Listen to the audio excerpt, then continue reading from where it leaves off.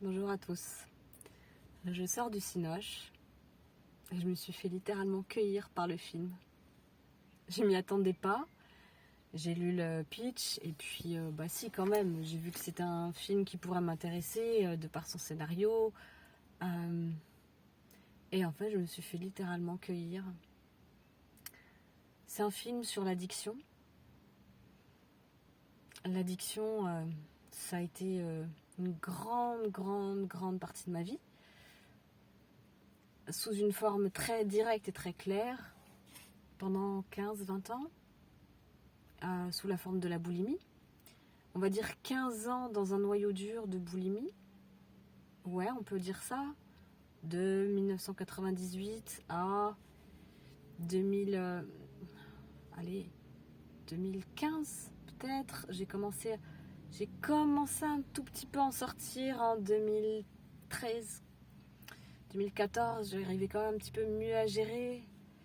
2015 encore un peu mieux, 2016 encore un peu mieux, 2017 encore un peu mieux, 2018 encore un peu mieux. Je pourrais dire peut-être que depuis 2018, je me sens quand même vraiment dans le relâchement de ce truc qui venait me capter quand même, ce besoin de manger compulsif. Et donc ça m'a fait un écho dingue. Bon, ça parle d'alcoolisme là, ça parle d'alcool, mais déjà dans mon histoire, l'alcool a fait des ravages. Donc, pas sur moi, mais sur des gens que je connais, où ça s'est mal fini. Donc ça m'a évidemment retenti très très fort là, dans la gorge, dans le ventre, dans le cœur. J'essaye maintenant de parler de sensations quand je parle de ce que ça fait, parce que c'est des sensations que ça nous fait. La première chose, c'est la sensation. Et nous, on se concentre sur un nom qu'on peut mettre sur une émotion, sur des pensées, sur des... Non, en fait, c'est vachement plus important d'aller ressentir là, parce que vous savez ce qui se passe quand on commence à ressentir là, dans cet axe, souvent c'est sur cet axe-là. Mais ça peut être ailleurs, ça peut être dans les jambes, ça peut être dans les mains, ça peut être n'importe où, mais ça se trouve souvent sur les axes là où il y a le système nerveux qui passe, là où il y a les organes aussi, et le cerveau, tout ça. Et en fait, plus on va ressentir dans notre corps, dans nos sensations, ce qu'on vit, ce qui se joue pour nous, et plus on va développer des réflexes de soutien. De plus en plus, maintenant, je ressens et j'ai ces réflexes de mettre ma main sur le cœur, de mettre ma main comme ça, de soutenir ma nuque, mon cou, comme pour me soulager, de venir caresser mon visage, de venir me prendre dans les bras, comme ça, de venir poser ma main là où je sens que j'ai besoin, d'être un contenant pour moi, d'être une maman pour moi. J'ai toujours ma mère, mais je suis une adulte aujourd'hui, et la personne qui doit prendre soin de la petite enfant que j'étais, qui vit encore en moi, c'est pas ma mère, c'est moi. Ma mère, elle s'occupe d'elle-même.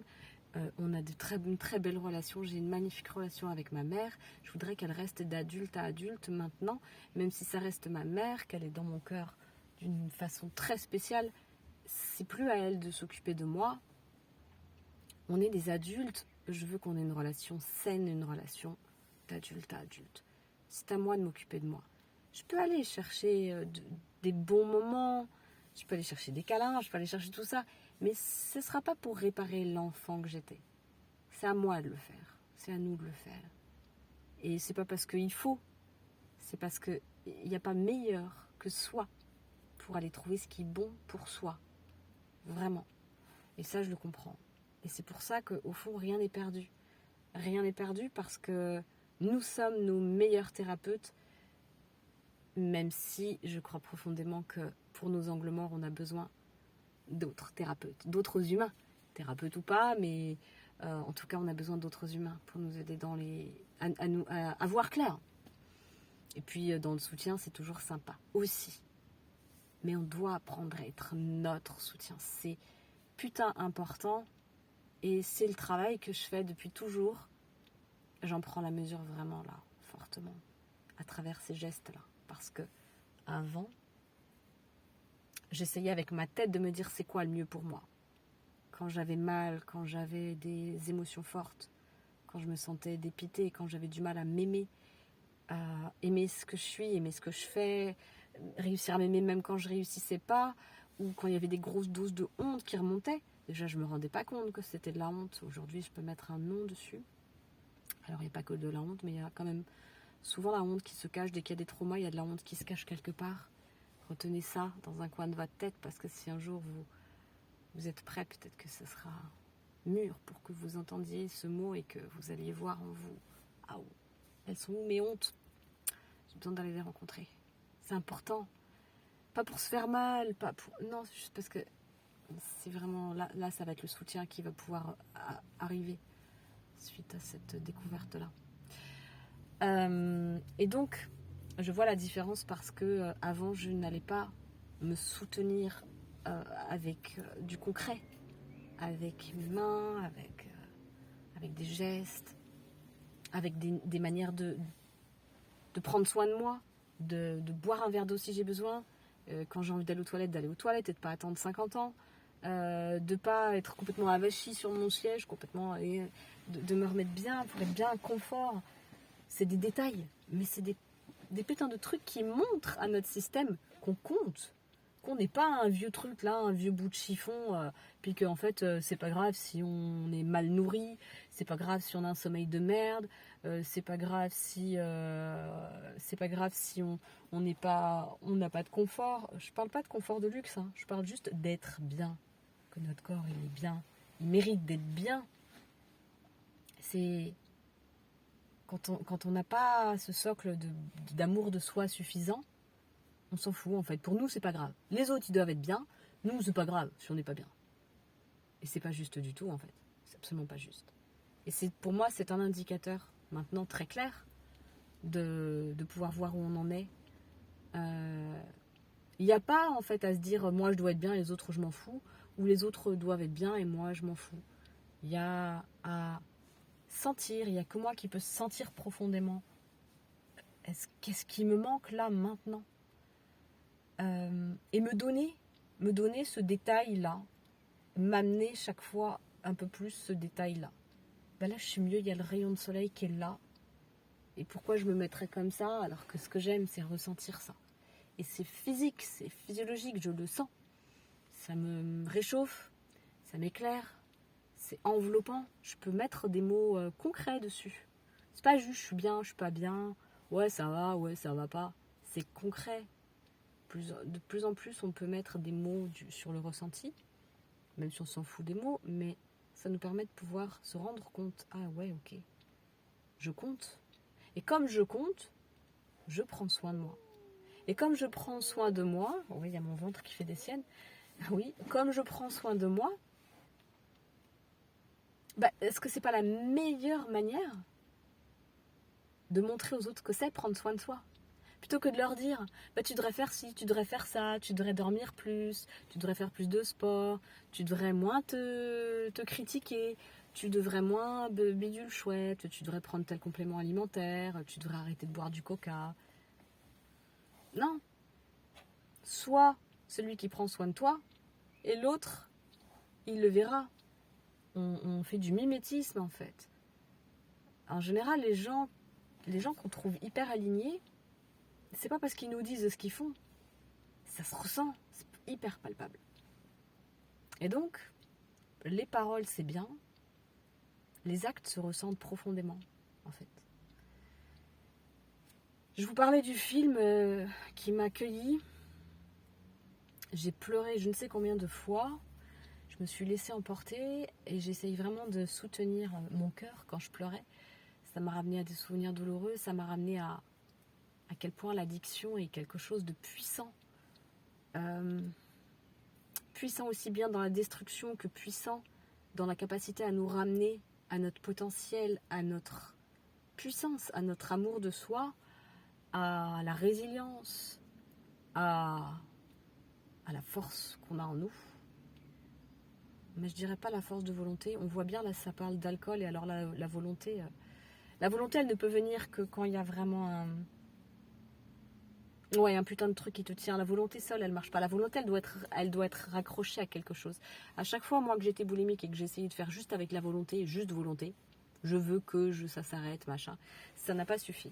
Il a vraiment fallu que je veuille m'aimer, en fait. Il a vraiment fallu que je veuille me donner le meilleur à un moment donné. Et vous voyez, ça fait quand même maintenant, on est en 2025. Je vous disais, c'est 2017, 2016, 2017, ça allait déjà vachement mieux. Je faisais encore des crises, mais c'était vraiment tellement moins. J'étais plus aussi obsessionnelle, vraiment. Eh bien, ça fera 10 ans. 8 ans, 7, 8, 9 ans.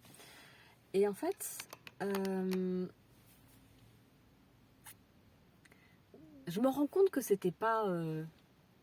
je me rends compte que je ne suis pas encore complètement guérie de ce qui m'a mené à avoir ces fringales de malade, en fait, où j'étais obsédée par la nourriture du matin jusqu'au soir. À partir du moment où j'étais réveillée, la bouffe prenait la place. Et le reste, ça venait s'accommoder par-dessus. Mes relations amicales, sociales, familiales, amoureuses. Tout venait se greffer au-dessus. La nourriture était la survie, la base. Si j'avais pas à manger ou si j'avais trop à manger, ça devenait une tension hyper forte. Et si je pouvais être vue en train de manger beaucoup et si je pouvais être captée dans ma fringale, j'avais la honte qui revenait fort, etc. Et maintenant, j'ai plus le symptôme, mais je suis en train, je vois, de traiter. J'aime pas ce mot. Je suis en train de rencontrer profondément ces hontes-là. Ces hontes, ce dégoût, ce sentiment d'illégitimité. Comme si je suis en vie, je prends soin de moi, je l'affirme, ça fait des années que je l'affirme, mais il y a une partie de moi qui se dégoûte. Il y a une partie de moi qui n'a pas envie de réussir, qui n'a pas envie d'être aimée, qui n'a pas envie d'être reconnue, qui se sent pas légitime là-dedans. Et maintenant, il est temps de la rencontrer. Il n'y a pas que ça, hein, bien sûr, il n'y a pas que ça, sinon je ne serais pas là. Et je vois que c'est tout ce que j'ai fait jusque-là. C'était pas pour arrêter d'avoir des fringales, c'était pas pour avoir une vie normale au niveau de la bouffe. Même si c'est franchement cool d'être comme ça. Mon compte en banque est bien meilleur. Je peux passer des moments de liberté avec les autres, avec moi-même, à ne pas être en train de me dire où est-ce que je vais manger, qu'est-ce que je vais manger, il n'y a pas de bouffe, comment je vais faire, il m'en faut, j'en ai besoin. Non, il y a même des fois où j'ai pas faim, il y a même des midis où j'oublie de manger. Voilà, la vie est belle à ce sujet et c'est vraiment chouette. Mais je me rends compte que c'est pas ce que je recherchais.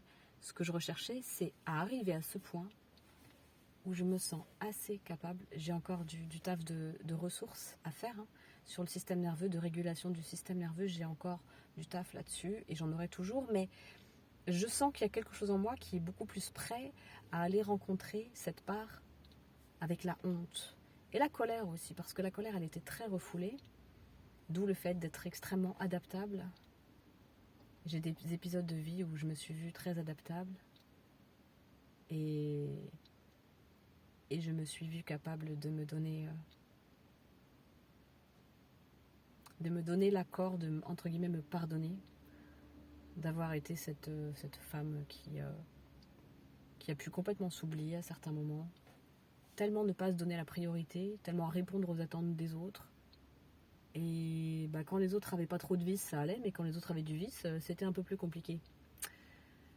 Donc tout ça, c'est de la résilience, tout ça c'est nécessaire et tout ça, je pense que ça avait sa place et je suis dans cette phase où je suis en train de réunir les pièces du puzzle. Et de voir ce film m'a fait vraiment un effet très, très choc. D'autant que j'ai vu qu'il y avait une conférence, il y avait une rencontre le 2 juin par rapport à l'addiction sur les troubles du comportement alimentaire. Je me suis dit c'est obligé, je vais y aller là-bas en fait. J'ai mon mot à dire, j'ai des choses à entendre, j'ai besoin en fait de pouvoir être actrice, de pouvoir accompagner des personnes sur ce sujet, pas que sur ce sujet vraiment, je pense que sur le sujet de la honte toxique, la mésestime de soi, caché sous un tas et un tas, tout un tas de stratégies. Vraiment hyper bien caché le truc, très très bien caché. Et voilà, et maintenant j'ai envie je crois que j'ai plus envie par survie de participer à ça. J'ai envie par élan. Avant, c'est comme s'il fallait tellement que je me répare, et j'ai toujours quand même besoin de me réparer, hein, j'ai pas terminé, vraiment pas, mais il y a quelque chose qui a bougé. Il fallait tellement que je me répare que je voulais m'occuper de ces gens qui ont des addictions, je voulais m'occuper de ces gens qui ont des troubles du comportement alimentaire, je voulais m'occuper du monde entier. Maintenant, ma priorité, c'est de m'occuper de moi, et je vois qu'en faisant ça, il y a un élan différent qui m'invite à aller participer, à jouer ma note à ce sujet, sur les sujets des addictions et sur les sujets de la honte et sur les sujets de l'estime de soi et de comment on fait quand on se sent pas légitime, ou alors on se sent tellement différent des autres que on survit littéralement tout le temps en fait, même si on donne le change magnifiquement bien et que peu de gens captent qu'on est à l'intérieur, c'est pas du tout la même donne. C'est pas la même énergie.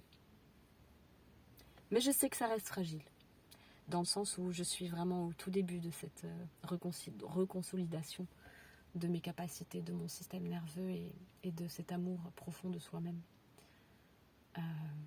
Je pense qu'on peut vraiment profondément aider depuis un espace où ça déborde de nous. Là, il faut vraiment tellement être aidant envers soi, soutenant envers soi, profondément aimant de soi. On ne pourra jamais s'aimer profondément de ouf. Je veux dire, on n'est pas obligé de s'aimer grand comme ça, mais être dans la démarche de ouais, moi je compte. Moi je compte. Ça ne veut pas dire que les autres comptent pas. Mais moi je compte. Et comme je compte, je peux être un vrai soutien. Si je compte pour moi, je peux être un vrai soutien. Si je compte pas pour moi, j'y crois pas. Peut-être qu'il y a des exceptions dans ce monde. Je suis peut-être sûre. Peut-être que je me trompe, peut-être qu'il y a des exceptions. Mais il ne doit pas y en avoir beaucoup. Ce film m'a vraiment chamboulée. Ah, il m'a fait rire, pleurer. Il m'a fait passer par toutes les émotions.